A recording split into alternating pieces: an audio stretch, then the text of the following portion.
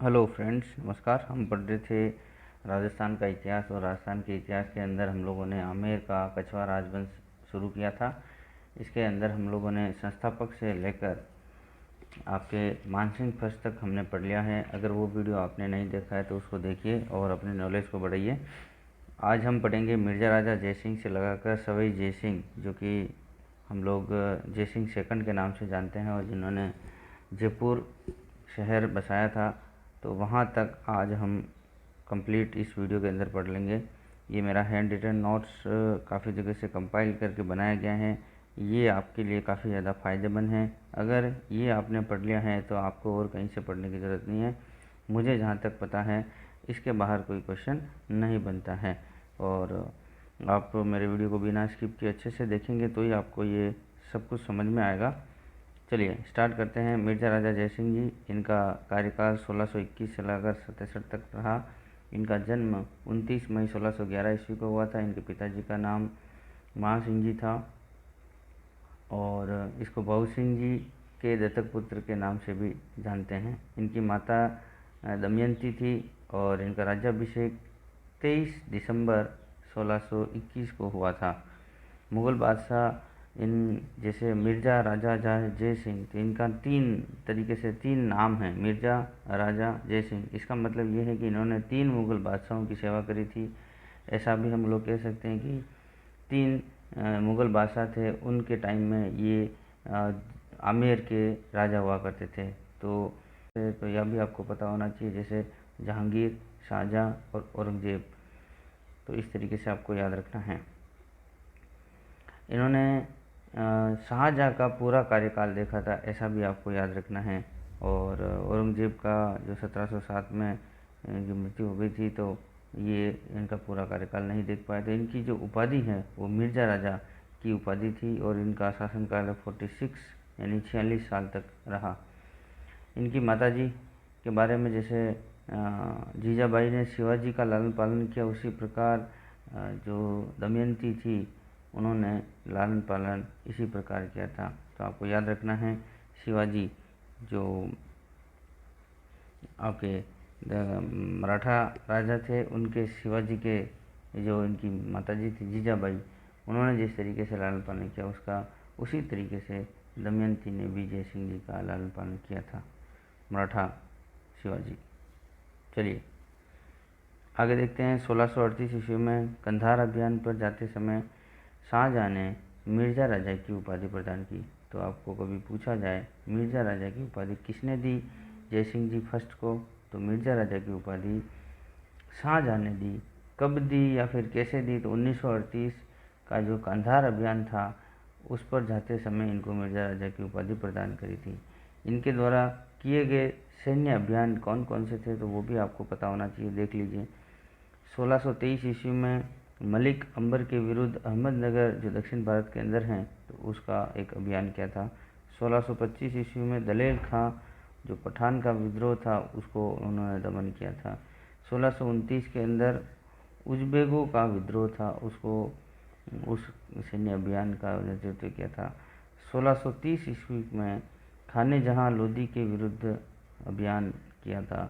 1636 ईस्वी में बीजापुर एवं गोलकुंडा अभियान में सैन्य अभियान का नेतृत्व किया था।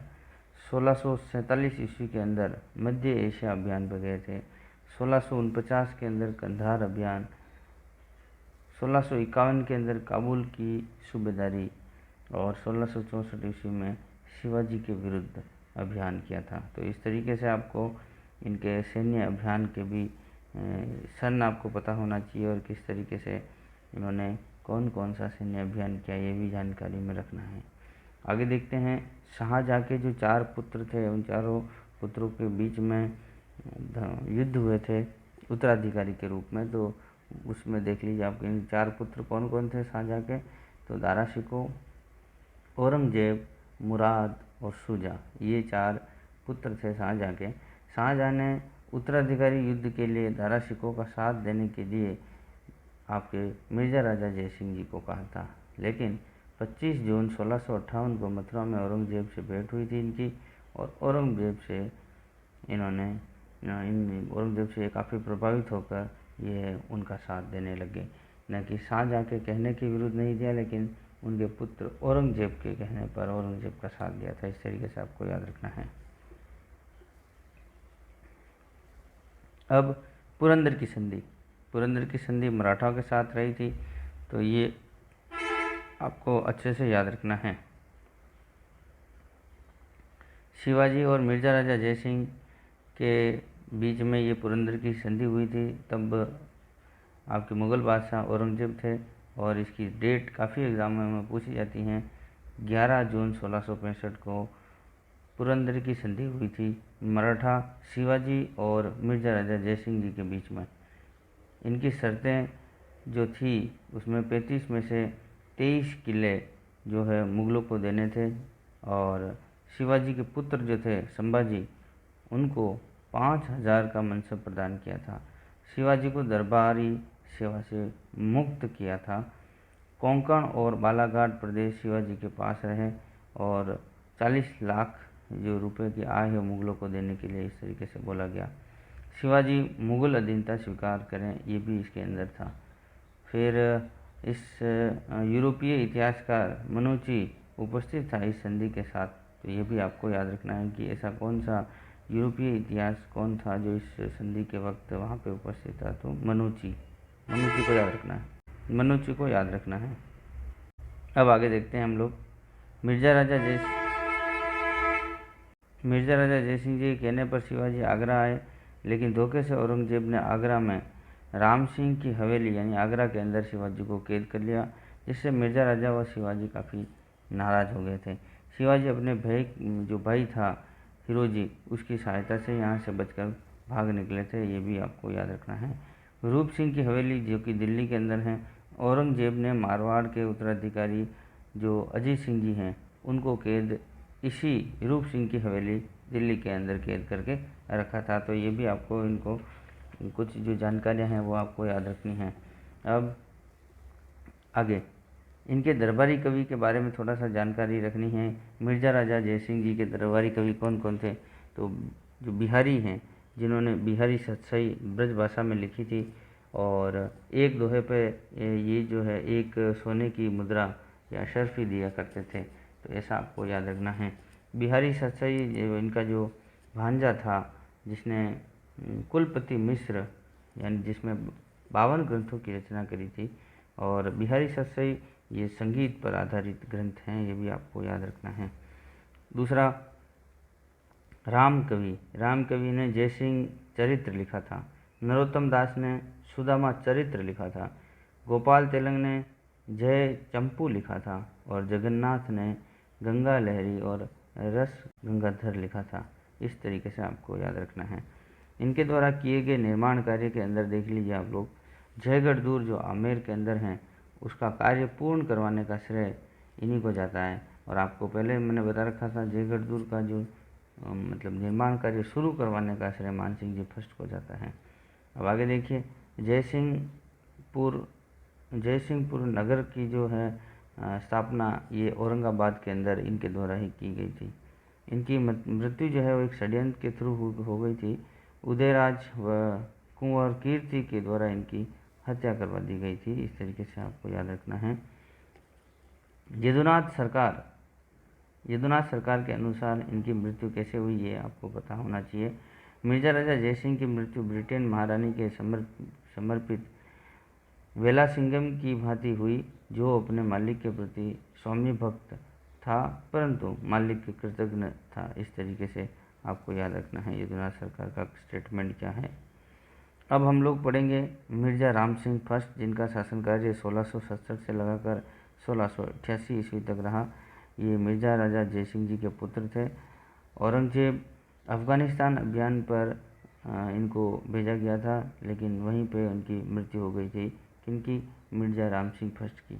इनके दरबार के जो कवि थे, इसके बारे में आपको पता होना चाहिए। कुलपति मिश्र, दलपति राज, शंकर भट्ट और गणेश देवल। और इनके द्वारा की गई रचना इस तरीके से है। कुलपति मिश्र के द्वारा रस रहस्य लिखा गया। दलपति राज के द्वारा चाप पद पादशाही ये ग्रंथ लिखा गया। शंकर भट्ट के द्वारा वैद्य विनोद संहिता लिखा गया और गणेश देवल के द्वारा मुहूर्त तत्व नाम का ग्रंथ लिखा गया। इस तरीके से आपको याद रखना है। अब बिशन सिंह का शासन कार्य लगभग 12 साल रहा। 1688 से लगाकर 1700 ईस्वी तक इन्होंने अपना शासन कार्य किया था। मिर्जा राम सिंह फर्स्ट के पौत्र थे वह कृष्ण सिंह के पुत्र थे। इस तरीके से याद रखना है। मिर्जा राम सिंह जो फर्स्ट थे, इनके पौत्र वह कृष्ण सिंह के पुत्र थे बिशन सिंह। आमेर के प्रथम राजा थे जिन्होंने आमेर की सैन्य किलेबंदी करवाई थी। इस तरीके से आपको याद रखना है। सैन्य किलेबंदी किसने करवाई थी, तो आपको याद रखना है बिशन सिंह ने।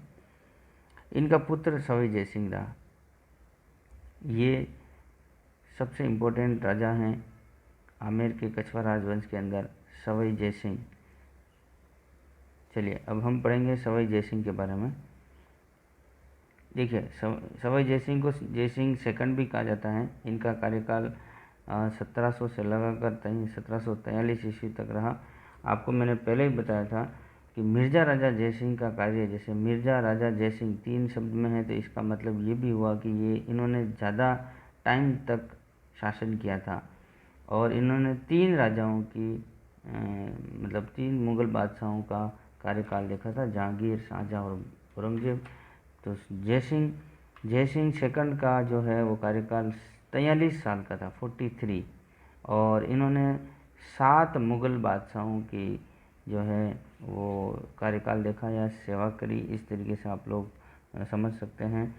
आमेर से फिर जो राजधानी जयपुर लाने का जो श्रेय है, या फिर जयपुर राजधानी बनाने का जो श्रेय है, जयपुर नगर बसाने का श्रेय है, वो इन्हीं सवाई जय सिंह को जाता है। तो इस तरीके से आपको इनके बारे में भी याद रखना है। आमेर से जयपुर जो राजधानी ट्रांसफ़र हुई थी, आमेर 1207 से लेकर रही और फिर 1727 ईस्वी में जयपुर राजधानी को लाने का श्रेय सवाई जय सिंह जी को जाता है। तो ये सारी की सारी जानकारी अब हम इनके बारे में पढ़ने वाले हैं, तो अच्छे से देखते जाइए। इनका जन्म 3 दिसंबर 1688 को हुआ था। इनके पिताजी का नाम अभी मैंने बताया बिशन सिंह जी, जो कि आमेर के एक सैन्य किलेबंदी करवाने वाले राजा हुआ करते थे। इनके बारे में भी एक जानकारी याद रखनी है। पिताजी इंद्र कुंवरी थी। इनका राज्याभिषेक 1700 ईस्वी के अंदर हुआ था। इन्होंने 7 मुग़ल बादशाहों की जो है सेवा करी। इस तरीके से भी आपको याद रखना है। इनको जो उपाधि है वो सवाई राजा की उपाधि मिली थी। इनको आधुनिक चाणक्य कहा गया, महाराजा धीराज कहा गया, श्री राज राजेश्वर महाराजा धीराज की उपाधि दी गई। इस तरीके से इन्होंने 43 साल तक शासन किया। इनका वास्तविक जो नाम था वो विजय सिंह था और इनका भाई का नाम जय सिंह था। सवाई की जो उपाधि हैं इनको औरंगजेब ने दी और इनको चाणक्य और आधुनिक चाणक्य, वाक्पटुता के आधार पर आधुनिक चाणक्य की उपाधि भी दी गई। इस तरीके से भी आपको याद रखना है। मोहम्मद शाह रंगीला के द्वारा इनको जो उपाधि दी गई वो श्री राज राजेश्वर महाराजा धीराज की उपाधि मोहम्मद शाह रंगीला के द्वारा दी गई, क्योंकि भरतपुर क्षेत्र में जो जाटों का विद्रोह हुआ था उनको दबाने में काफ़ी ज़्यादा ये सफल हुए थे। इस वजह से मोहम्मद शाह रंगीला ने इनको श्री राज राजेश्वर महाराजा धीराज की उपाधि प्रदान करी थी। अब देखिए आगे हम पढ़ रहे हैं जाजऊ का युद्ध, जो कि यूपी के अंदर है। 2 जून 1707 ईस्वी के अंदर लड़ा गया। इसके अंदर मुअज्जम और आजम 2 भाइयों के बीच में युद्ध हुआ था, जिसमें मुअज्जम विजयी रहा और सवाई जय सिंह ने आजम का साथ दिया था। तो मुअज्जम जो बाद में जाके बहादुर शाह फर्स्ट के नाम से जाने गए, दिल्ली के बादशाह बने। तो बहादुर शाह फर्स्ट ने सवाई जय सिंह को राजगद्दी से हटा दिया था और इनके भाई विजय सिंह को राजगद्दी पर बिठा दिया। इस तरीके से आपको याद रखना है। और आमेर का नाम इनके द्वारा बदल दिया गया और मोमिनाबाद नाम रख दिया गया। किनके द्वारा? बहादुर शाह फर्स्ट, जिनका मूल नाम मुअज्जम था। आगे देखिए, मेड़ता नामक स्थान पर बहादुर शाह फर्स्ट से मुलाकात हुई, लेकिन कोई बात इनकी नहीं सुनी गई या फिर कोई बात नहीं बनी। किनकी? सवाई जय सिंह की कोई बात नहीं सुनी गई। अब आगे देखिए, इन्होंने 7 बादशाहों का शासन देखा था, उनके बारे में भी आपको नाम तो पता होना चाहिए। औरंगजेब, बहादुर शाह फर्स्ट, जहांगीर शाह, फर्रुखशियर, रफ़ी उद दरजात, रफ़ी उद दौला और मोहम्मद शाह रंगीला। ये 7 बादशाह थे जो इनके शासन कार्य के दौरान दिल्ली के बादशाह रहे। अब देवारी समझौता था, देबारी समझौता 1707 ईस्वी के अंदर हुआ था, उदयपुर के अंदर है देबारी, तो वो देख लीजिए आप लोग। सवाई जय सिंह जयपुर के, अजीत सिंह मारवाड़ के और अमर सिंह सेकंड मेवाड़ के राजा थे उस टाइम में। इनके तीनों के बीच में देबारी समझौता रहा था। इसका उद्देश्य सवाई जय सिंह को आमेर तथा अजीत सिंह को मारवाड़ का राजा घोषित करना था। ये दोनों को राजा घोषित करवाने में जो अमर सिंह फर्स्ट मेवाड़ के राजा थे, उनका काफ़ी ज़्यादा उनके ऊपर विश्वास करते थे कि ये ही कहेंगे तो भी ये यहाँ मेवाड़ और अपने जयपुर और मारवाड़ के ये आपस में राजा बन पाएंगे। तो देखिए, चांद कंवर अमर सिंह सेकंड की पुत्री थी और सूरज कंवर अजीत सिंह की पुत्री थी, जो अजीत सिंह मारवाड़ के राजा थे। तो आमेर के राजा जो जयसिंह थे या सवाई जयसिंह के बारे में, तो इन दोनों की पुत्रियों से सवाई जयसिंह का विवाह होना था इस तरीके से। और शर्त ये रखी गई कि आगे आने वाला इनके होने वाला पुत्र होगा वो ही आमेर का राजा बनेगा। तो जो चांद कंवर यानी अमर सिंह सेकंड की पुत्री है, उससे जो पुत्र होगा वह जयपुर का अगला राजा बनेगा। तो ये एक शर्त हुई थी, इस वजह से इनको देबारी समझौते के नाम से जानी जाती हैं। और जो पुत्र हुआ उसका नाम जो है माधो सिंह फर्स्ट के नाम से जाना गया और वही आगे इसका आमेर का राजा बना, या फिर हम कह सकते हैं जयपुर का राजा बना। अब आगे देखिए, मराठों का राजस्थान में प्रवेश कब हुआ था। देखिए, सवाई जयसिंह सेकंड के टाइम पे ही हुआ था और इनकी जो बहन थी अमर कुंवरी, इनका विवाह बुद्ध सिंह जो बूंदी के राजा हुआ करते थे, इनके साथ हुआ था। अब इनके जो अमर कुंवरी इनकी जो बहन थी, इनका जो विवाह बूंदी के साथ हो गया, तो उनके एक पुत्र हुआ था उमेद सिंह, जो कि एक उत्तराधिकारी के रूप में रहा। लेकिन ये काफ़ी टाइम बाद हुआ, तो इन्होंने एक पुत्र गोद ले लिया था, जिसको हम लोग कह सकते हैं गोद लेने का। तो वो करवड़ के सालिम सिंह से एक पुत्र लिया था जिसका नाम था दलेल सिंह। तो ये गोद वाले पुत्र थे, दत्तक पुत्र कह सकते हैं। तो दत्तक पुत्र जैसे ही इनको घोषित कर दिया और इनको गोद ले लिया, उसके बाद उमेश सिंह जी हैं जो उनका जन्म हुआ, तो ये एक विवाद हो गया था और दलेल सिंह का विवाह जय सिंह सेकंड की पुत्री कृष्णा कंवर से करवा दिया।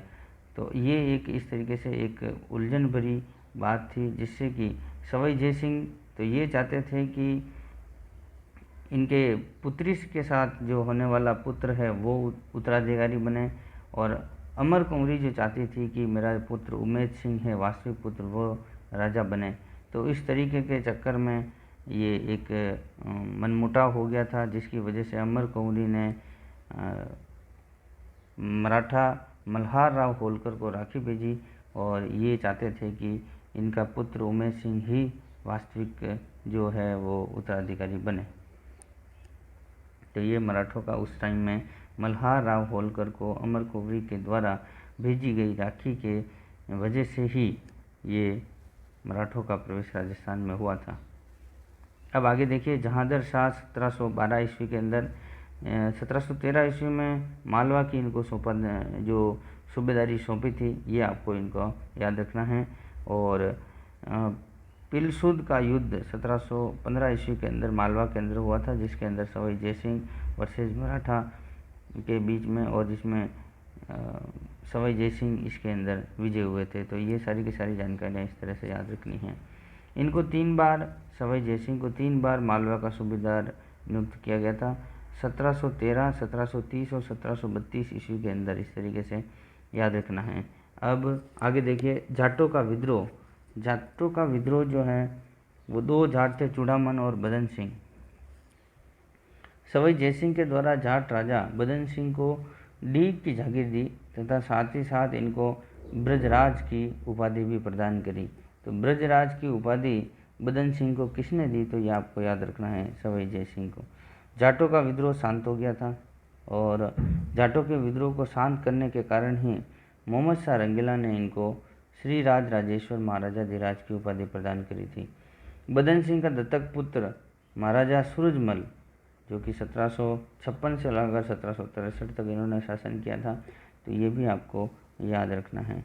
अब आगे देखिए, मंदसौर का युद्ध जो कि 1733 ईस्वी के अंदर हुआ था। सवाई जयसिंह और मराठों के बीच में हुआ था मंदसौर का युद्ध, जिसके अंदर मराठे विजय हो गए थे और मराठों से दुखी होकर हुडा सम्मेलन किया गया 17 जुलाई 1734, 17/7/1734। इस तरीके से 17 का 7 मतलब इस तरीके से 17 जुलाई आपको याद रखना है और 17 दूना 34 ऐसे भी आपको याद रखना है। कभी भी आपको हुडा सम्मेलन जो भिलवाड़ा के अंदर है, हुडा नामक स्थान, तो तारीख याद रखनी है 17/7/1734। चलिए, इसकी अध्यक्षता जो मेवाड़ के राणा थे जगत सिंह सेकंड, इन्होंने करी थी। और इसमें भाग लेने वाले राजाओं की लिस्ट है, देख लीजिए आप लोग। जैसे बूंदी से दलेल सिंह आए थे, कोटा से दुर्जन साल, बीकानेर से जोरावर सिंह, नागौर से भगत सिंह, किशनगढ़ से राम सिंह, करौली से गोपाल दास और जोधपुर से अभय सिंह आए थे। इस तरीके से आपको याद रखना है। इसके आयोजनकर्ता सवाई जयसिंह सेकंड थे, आपको याद रखना है, जयसिंह सेकंड या फिर सवाई जयसिंह। और इसका उद्देश्य मराठों से सुरक्षा है। दूसरा, इसका केंद्र रामपुरा, जो कि यहाँ पे सेनाएं इकट्ठी करनी थी। इस तरीके से आपको याद रखना है। इसके ये एक असफल हम लोग कह सकते हैं, इसमें असफलता का जो है वो तुलमुल नीति की वजह से, यानी समझौतावादी नीति की वजह से ये एक असफल हुडा सम्मेलन रहा था। अब पेशवा बाजीराव, जिनकी माता का नाम था राधाबाई, जो जयपुर आई थी, तब इनका आदर सत्कार करने का जो श्रेय है वो इन्हीं को जाता है, सवाई जयसिंह को जाता है। पेशवा से मिलने के लिए झाड़ली गांव जो कि टोंक के अंदर है, वहाँ ये आपके सवाई जयसिंह चले गए थे। इस तरीके से भी आपको याद रखना है। अब हम आगे देखते हैं, आमेर से जयपुर राजधानी बनाई गई थी, वो देख लीजिए आप लोग। 18 नवंबर 1727 ईस्वी को जयपुर की स्थापना करी गई थी और इसके वास्तुकार या फिर नींव जो किसके तर्ज पर रखी गई थी, तो आपको वास्तुकार के बारे में याद रखना है, विद्याधर भट्टाचार्य। नींव है पंडित गुरु जगन्नाथ के द्वारा और तर्ज जो है वो केंटल शहर चीन के अंदर है, उसके तर्ज पर ही ये रखा गया था। बगदाद इराक भी इसी तरीके से, सिंधु घाटी सभ्यता और चौकड़ियों का नगर हम लोग इस तरीके से जयपुर को भी कह सकते हैं। बिशप टेबर ने कहा था, जयपुर शहर का परकोटा केम्लिन नगर की तरह बताया गया है। इसका उद्देश्य बुद्धि विलास, इसका जो उल्लेख है वो बुद्धि विलास जिसने भक्त राम ने लिखा था उसके अंदर इसका उल्लेख है। आधुनिक जयपुर के निर्माता हम लोग मिर्ज़ा इस्माइल को मानते हैं। इस तरीके से याद रखना है, जिनके नाम पर जयपुर के अंदर आज भी एमआई रोड के नाम से जो जानी जाती है, एमआई रोड, वो मिर्ज़ा इस्माइल के नाम से ही बनी हुई है। अब आगे देखिए, ब्रिटिश पत्रकार सर्वप्रथम पिंक सिटी का प्रयोग किया था, उन्होंने पिंक सिटी के नाम से दिया था। ब्रिटिश पत्रकार, जो पत्रकार थे उसका नाम भी आपको एग्ज़ाम के अंदर पूछा जाता है। स्टैनले रीड के द्वारा ब्रिटिश पत्रकार थे जिन्होंने पिंक सिटी नाम दिया था जयपुर को। वेधशालाओं का निर्माण करवाया था इन्होंने। वेधशाला मतलब खगोल शास्त्र, ग्रह नक्षत्रों की गणना हेतु, और पुर्तगाली ज्योतिषी जेवियर डी सिल्वा की गणना पर आधारित हैं। इस तरीके से आपको याद रखना है। 5 वेधशालाओं का जो ट्रिक है वो इस तरीके से याद रखना है। डीजे पर उम्वा नृत्य, डी जे पर उम्बा नृत्य का मतलब इस तरह से, डी का मतलब दिल्ली, जे का मतलब जयपुर, उ का मतलब उज्जैन, म का मतलब मथुरा और वा का मतलब वाराणसी, काशी, बनारस, कैसे भी आप लोग याद रख सकते हैं। ये तीनों का नाम एक ही है, काशी, बनारस या वाराणसी। तो जयपुर, दिल्ली, उज्जैन, मथुरा और वाराणसी, ये डीजे पर उम्बा नृत्य। तो इस तरीके से 5 वेधशालाओं का इन्होंने निर्माण करवाया था, जिसमें से सबसे बड़ी वेधशाला जयपुर के अंदर है।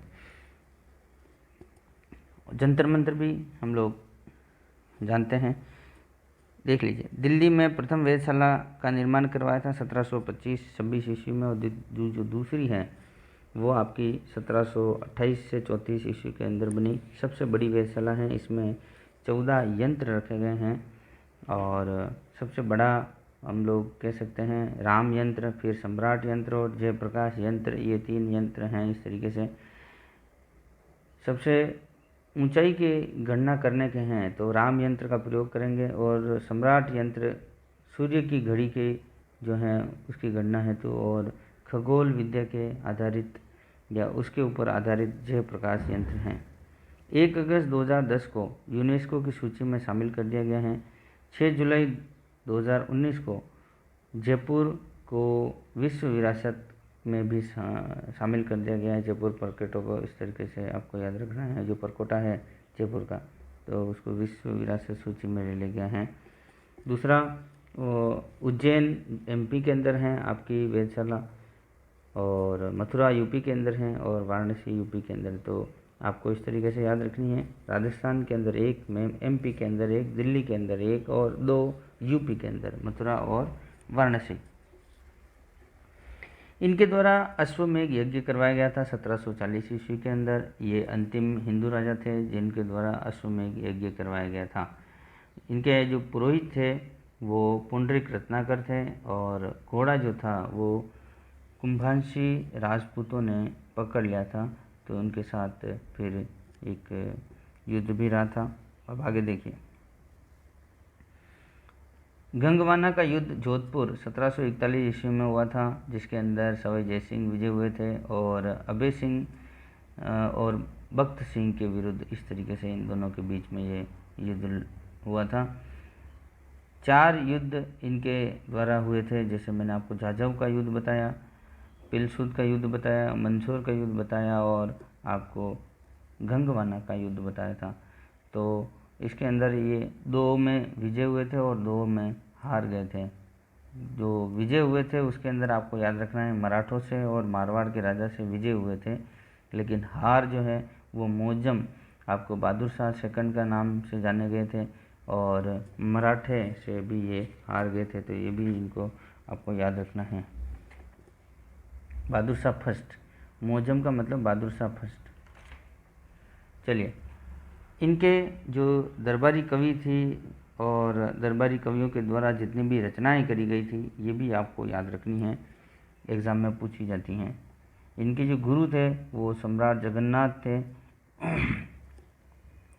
देखिए, सम्राट सिद्धांत कौस्तुभ, जय और केवल राम के द्वारा लिखी गई सारी की सारी रचनाएं देख लीजिए आप। जय विनोद सारणी, जय विनोद, तारा सारणी, मिथ्या जीव, छाया सारणी, राम विनोद, दुख पक्ष ग्रंथ, दुख पक्ष सारणी, ब्रह्म प्रकाश, ये केवल राम के द्वारा लिखी गई।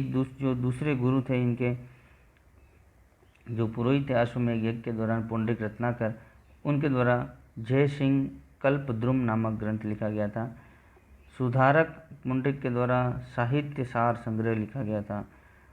जनार्दन भट्ट गोस्वामी के द्वारा वैराग्य शतक, श्रृंगार शतक, मंत्र चंद्रिका और ललिताची प्रदीपिका, इस तरीके से ये ग्रंथ लिखे गए। अब देखिए, ब्रजनाथ भट्ट के द्वारा लिखे गए ब्रह्म सूत्राणु, भाष्यवृत्ति, पद्य तरंगिणी, इस तरीके से आपको पद्य तरंगिणी भी आपको याद रखना है। कृष्ण भट्ट जो इनके दरबारी कवि थे उनके द्वारा लिखा गया राम रसाचार्य कवि कलानिधि और राघव गीतम नामक ग्रंथ लिखे गए। सर्वश्रेष्ठ दरबारी कवि थे कृष्ण भट्ट, इनके द्वारा सबसे ज़्यादा ग्रंथ लिखे गए, जिसके अंदर ये 3 तो ये इस तरीके से थे। दूसरा पद्य मुक्तावली, व्रत मुक्तावली, प्रशस्ति मुक्तावली, राम गीतम, सरस रसास्वाद, सुंदरी स्तवराज, ईश्वर विलास महाकाव्य और वेदांत पंच विशांति। इस तरीके से आपको याद रखना है। प्रियदास के द्वारा जो इनके दरबारी कवि थे, भक्तमाल टीका और भागवत भाष्य, ये 2 तरीके से इनके द्वारा लिखे गए थे। सूरत मिश्र दरबारी कवि के द्वारा बिहारी सत्सई, जो कि लिंगल भाषा के अंदर लिखी गई हैं। 1725 ईस्वी में जीज मोहम्मद शाही के द्वारा ग्रह नक्षत्रों पर आधारित थी और मोहम्मद शाह रंगीला के नाम पर ये जीज मोहम्मद शाही लिखी गई थी। जयसिंह कारिका ज्योतिषी के आधारित थी और यदुनाथ सरकार के द्वारा ज्योतिषी शासक कहा गया इनको। तो ज्योतिषी शासक किसके द्वारा कहा गया था, तो आपको याद रखना है यदुनाथ सरकार के द्वारा। औरंगजेब ने इनको सवाई राजा कहा था। बावजी या बाबाजी जो है मिर्ज़ा राजा जयसिंह को कहा गया है। इस तरीके से आपको भी याद रखना है। पांडुलिपियों का अध्ययन हेतु मोहम्मद मेहरी, मोहम्मद शरीफ के को विदेश भेजा। इस तरीके से भी आपको याद रखना है। मथुरा व अयोध्या में आश्रम स्थापित किए इनके द्वारा और इनके द्वारा वैराग्य नगर जो अयोध्या के अंदर बनाया गया था। सती प्रथा को रोकने के इनके द्वारा काफ़ी प्रयास किए गए थे। अंतर जातीय विवाह इनके शासनकाल के दौरान ही शुरू किए या फिर शुरू हुए, ऐसा भी आपको याद रखना है। इनके द्वारा किए गए सारे के सारे निर्माण कार्य आप लोग अच्छे से देख लीजिए। जैसे नाहरगढ़ दुर्ग बनवाया था 1734 ईस्वी में मराठों की सुरक्षा हेतु। मराठों से सुरक्षा किस तरह से हम लोग ये कछवा राजवंश पाए, इसकी वजह से नाहरगढ़ दुर्ग बनवाया। जयगढ़ दुर्ग का कार्य पूर्ण करवाया। यहाँ पे जयबान तोप रखी गई हैं जो कि एशिया की सबसे बड़ी तोप मानी जाती हैं। एक बार ही इसको चलाया गया था जो कि चाकसू के अंदर एक इसको चलाने के बाद जो जहाँ पे गोला गिरा था तो वहाँ गोलेलाव तालाब बन गया। तो एक ही बार चलाया गया। इस तरीके से भी आपको याद रखनी है। सिटी पैलेस जिसको निवास स्थान के नाम से जानते हैं, सिटी पैलेस का निर्माण इनके द्वारा करवाया गया था। सिसोदिया रानी का महल, जल महल मानसागर झील के अंदर बनाया हुआ है।